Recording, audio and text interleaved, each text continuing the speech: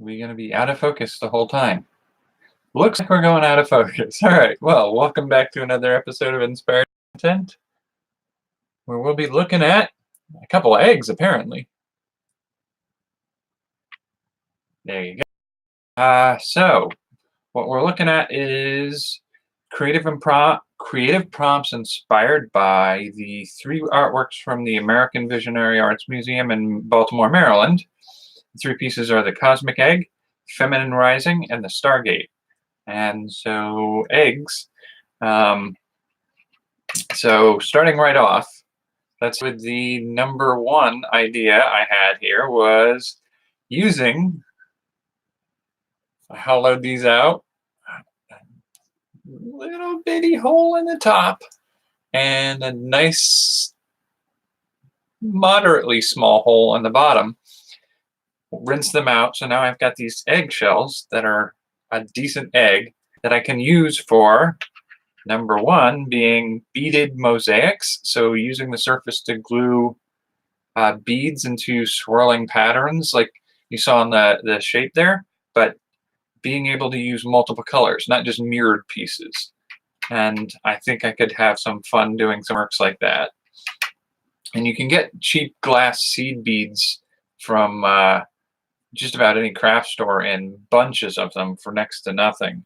So I think that's probably what I might do a little experimenting with that. I might also see if I can find some of those. You ever see those necklaces with the little stones with holes drilled in them?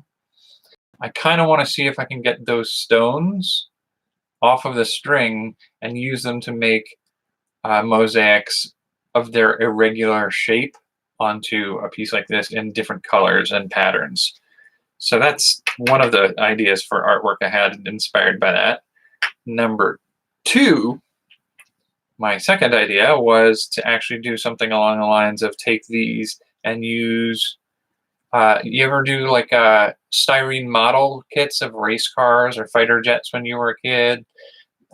You could get those and you could get the little containers of paints to paint on them. And I always was really into the metallic paints. So I feel like it would be kind of fun to do sort of like a like swirling, almost like a filigree pattern. So like a black background with like blue and red and yellow metallics, swirling patterns, and maybe even do some of my hand-drawn mazes on the surface of these eggs. You could also figure out some opportunities that may exist with nail. I don't want to say nail polishes, but some of the things they use to do decorative nail art would be interesting to apply to the surface of an egg like this. Because the egg, I mean, if you get a clear coat or like a black base coat on something like this, they have nail art material that can give you a holographic or a chrome finish on something like this, and I would love to play with some of that stuff. And then idea number three, we're moving beyond the eggs now. I like the Stargate design that they made for that particular sculpture, and I kind of want to see, like, I like the effect of some of those pieces from the vehicle having a very Art Deco style, and I feel like it being made out of scrap materials from automobiles and other vehicles makes me want to use not always necessarily automobile parts, but some of it will be automobile, some of it might be electronic parts, and use them to sculpt sort of like Art Deco wall decorations, sort of abstract geometric Art Deco style pieces out of junk, scrap material. I'd love to see more of that style. Number four, I have a somewhat unusual fascination with fantasy maps. So I do some of that stuff as an art art form for some of my stuff, but I kind of have this feeling that if we could use like spark plugs and light bulbs, burnt out headlamps and stuff like that inside a framework of doing a 3D model of a solar system like an armillary sphere or an orrery, but do it with junk components taken out of vehicles. I think you can make some very neat star charts or things like that where it looks like a 3D display in some clunky junk spaceship as an example of how to travel across spaceways. I would love to do some interesting like 3D sculptural, not quite like standard orbital paths, the circular paths, the rings that we normally see, but something a little more unusual jumble of pieces and planets moving around. I want to see some really abstract interstellar mapping of something inside a three-dimensional framework. And then number 5, we're moving into the territory of my 2 ideas inspired by the feminine rising. Psychedelic geometric sun catchers. The design he used for this piece is interesting enough that if you were to use the colorful pieces, if you were to like anodize aluminum and shape aluminum as if they're a 3-dimensional projection of his 2-dimensional painting around, say, like a crystal ball or something like that, and then have all the geometric shapes and the pathways and the psychedelic look to it all, those would be amazing sun catchers and garden sculptures. And I would really, really love to see somebody really go that direction. Because you see a lot of like silver, you see gold, you see some bamboo, but you don't see like the truly like stained glass level of psychedelic. Like,